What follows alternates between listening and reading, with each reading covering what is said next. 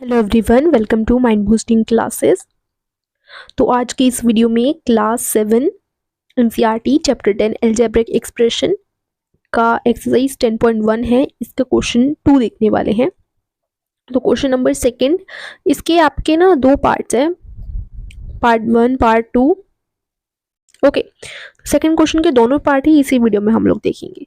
तो स्टार्ट करते हैं। Identify the terms and their factors in the following expressions. तो एक्सप्रेशंस दे रखे हैं, इनमें आपको जो इनके टर्म्स हैं और जो फैक्टर्स हैं, ठीक है, वो आइडेंटिफाई करनी है। Show the terms and factors bye tree diagrams, और ट्री डायग्राम्स के थ्रू आपको शो करनी है। तो जैसे x-3 है तो इसको शो करेंगे। तो x-3 है तो इसके दो फैक्टर्स आपको शो करने हैं, तो एक x हो गया, एक -3 हो गया। इस तरीके से हम ट्री डायग्राम के थ्रू शो करेंगे। तो x-3 लिखोगे, उसके बाद ऐसे इसके दो फैक्टर्स, फर्स्ट x और सेकंड -3, ऐसे शो करोगे। तो इंट्रोडक्शन की वीडियो अगर आपने नहीं देखी ना चैप्टर की, तो आप जाके देख लेना, क्योंकि उसमें मैंने सब कुछ अच्छे से बताया था कि टर्म्स क्या होते हैं, फैक्टर्स क्या होते हैं, एक्सेट्रा एक्सेट्रा, जो कांस्टेंट है, वेरिएबल्स है, सब बताया था। ठीक है, उसके बाद क्वेश्चन नंबर 2 का फर्स्ट पार्ट का बी वाला देखो, 1 + x+x²। तो इसमें आपको फैक्टर्स बताने हैं। तो 1 + x+x², तो इसमें देखो आपके 3 फैक्टर्स हो जाएंगे। पहले तो 1, एक x अलग हो गया और x² अलग हो गया। अब देखो इसमें x² के भी फर्दर आप इसको और ब्रेक कर सकते हो कि x² का क्या मतलब होता है। x² का मतलब होता है x × x, यानी कि इसके भी आपके निकल के आ गए x और x। ठीक है, तो इस तरीके से आप ये ट्री डायग्राम बनाओगे और फैक्टर शो करोगे। सी पार्ट है y - y³। ठीक है, इसको देखो कैसे करेंगे। तो यहाँ पे ना आप पहले से दो पार्ट में डिवाइड करोगे, एक तो y और एक -y³। ठीक है, ऐसे दो ने, एक आपने इधर फैक्टर लिख दिया और दूसरा फैक्टर आपने इधर लिख दिया। अब देखो y को तो आप फर्दर ब्रेक नहीं कर सकते, लेकिन -y³ के फर्दर फैक्टर्स हो सकते हैं, क्योंकि देखो इसमें माइनस इसके ना आपके 4 हो जाएंगे एक्चुअली। देखो -y³, तो इसमें ये जो है किससे मिलकर बना है, y³ है, यानी 3 बार तो y आएगा, और क्योंकि ये माइनस का है तो इसलिए एक तरफ आपका -1 लग जाएगा। तो ये ऐसे बना होगा ना कि -1 में मल्टीप्लाई कर दिया y × y, तो क्या हो जाएगा, देखो 3 बार y है। ठीक है, तो y³, अब y³ और ये माइनस का है तो माइनस का y³, ऐसे आ गया। ठीक है, तो यानी कि पहला फैक्टर तो -1 हो गया और बाकी फिर 3 बार y है। तो कुछ इस तरीके से इसका ट्री डायग्राम बनेगा। तो अब ये आपका डी पार्ट है, इसको कैसे करेंगे। सबसे पहले यहाँ इसके दो फैक्टर आ जाएंगे, एक तो 5xy² और दूसरा 7x²y। ठीक है, उसके बाद 5xy² के आप निकालोगे, एक तो 5 अलग हो गया और x अलग हो गया, फिर y² है यानी y 2 बार।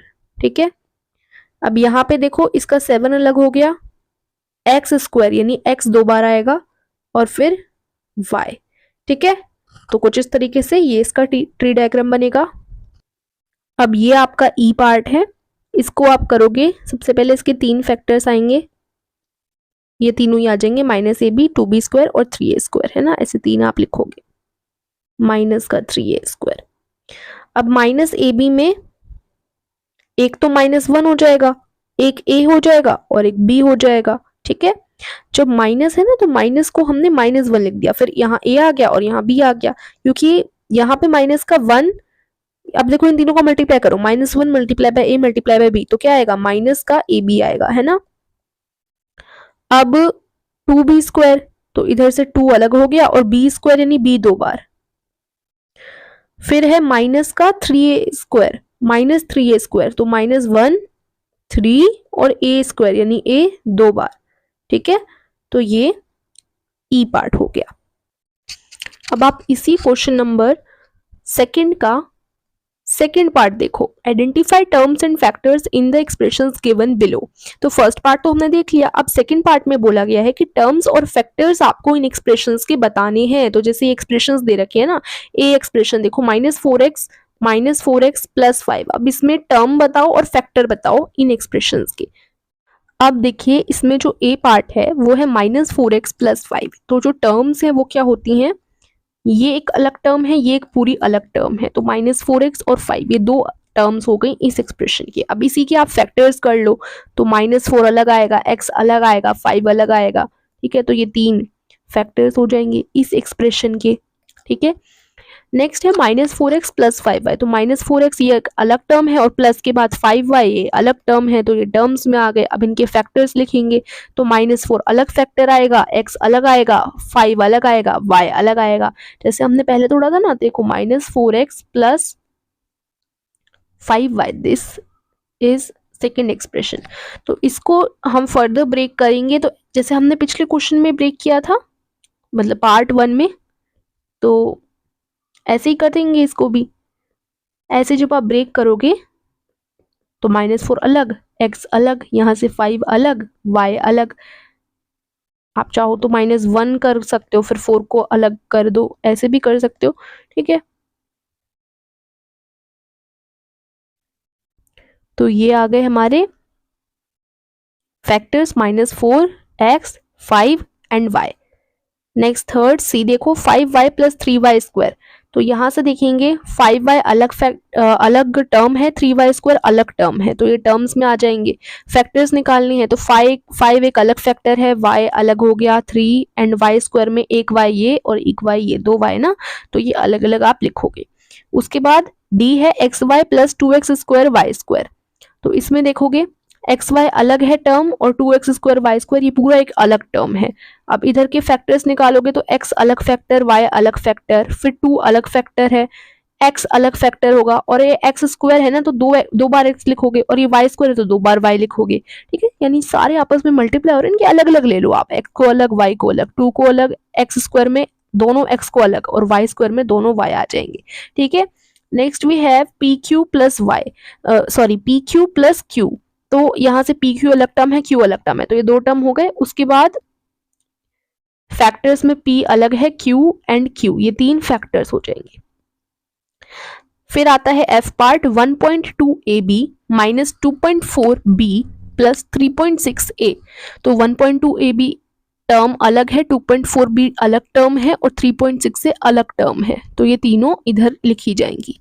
और फैक्टर्स निकालेंगे इसके, तो आप देखो सबसे पहले 3 फैक्टर आएंगे, एक तो 1.2ab, एक 2.4b एंड देन 3.6a। उसके बाद 1.2ab में इसको तोड़ो, 1.2 और ab ये अलग अलग हो गया, ठीक है, a अलग हो जाएगा और ये b अलग हो जाएगा, ठीक है। 2.4b में से 2.4 अलग हो जाएगा और ये माइनस का है तो माइनस भी लगा देती हूँ मैं, -2.4 और b अलग हो जाएगा। 3.6a में से 3.6 अलग हो जाएगा, a अलग हो जाएगा।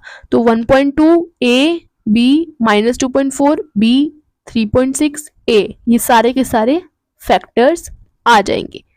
g पार्ट है 3/4 x + 1/4। तो यहाँ से ये एक अलग टर्म है पूरी और ये अलग टर्म है, तो ये 2 टर्म्स आ गई, और 3/4 एक अलग फैक्टर है and then x and then 1/4, तो ये 3 फैक्टर्स आ गए। h पार्ट है जो कि लास्ट पार्ट है, 0.1 p² + 0.2 q²। तो यहाँ से ये 2 तो टर्म्स निकल के आ गई। उसके बाद 0.1 p² में एक p ये और एक p ये, फिर 0.2 और q² में एक q ये हो गया, एक q ये हो गया, तो ये सारे के सारे हमारे फैक्टर्स हो जाएंगे। तो ये टेबल थी पूरी, ठीक है।